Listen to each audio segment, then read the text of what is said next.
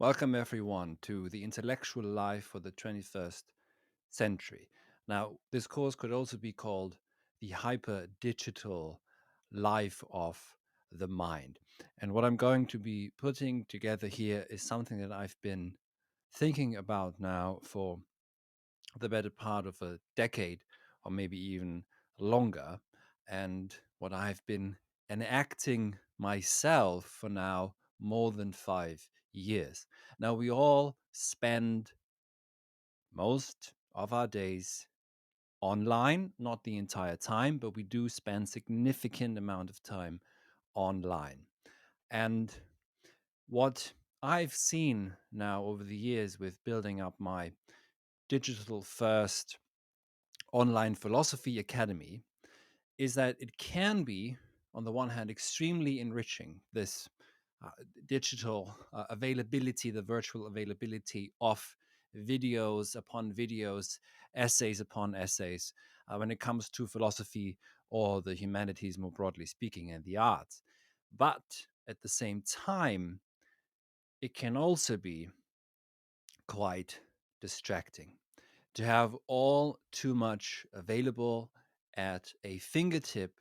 And this kind of a distraction, there are, let's say, good modes of distraction, or I wouldn't say distraction. There could be something like perhaps good ways of being idle and not focusing too much for some time. But overall, we do need focus. So what I'm going to do with this course, what I want to do is to build up, to give you, as it were, a roadmap, um, some structure for you to build an intellectual life that makes good use and healthy use of the digital and the virtual without being consumed by it.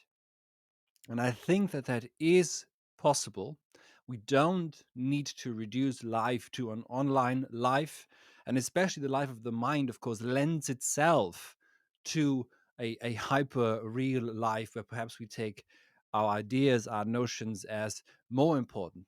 So, what we're going to look at is, without going all too deep into the details, but we're looking at the causes. So, in a good Aristotelian Aquinian fashion, we actually want to understand what it is that makes our world, what makes the hyper real, but also how we can live a life of the mind that is enriching, healthy, inspiring, and leading you to find the others and enhancing your life and your existence rather than making you sickly and, frankly, schizophrenic, which is something that can happen to an overly distracted mind.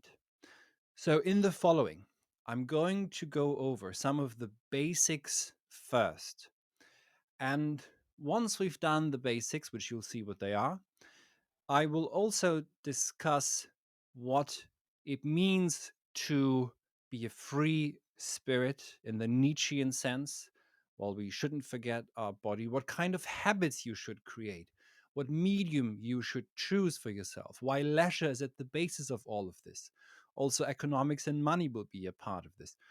We won't be, this course is not for you if you want to, let's say, monetize your content. It's quite the opposite, actually. It could lead uh, you to, becoming, as it were, a free scholar or an intellectual that can earn a living. But you should think rather in terms of how you make a living or earn a living rather than how you monetize your content. So this is not what this is about at all. But we will also be looking at, just out of historical interest, the money of the poets during the time of Goethe. We look at the Faustian pact that we, to a certain degree, have to make with social media and with the hyper real, how we can play with it while also retaining distance to it. I will also discuss why it's important to choose one main medium and how you find which medium is the best for you. And while you've chosen one medium, you shouldn't exclude the others. And also, in the end, we'll look at the equipment that you will need for the work that you would like to do. So we begin almost in a classical sense of what is the intellectual life, what are the conditions for it, and we then continue on with how that now translates into the digital. We are at the into the digital time. We are at the very early stages of it.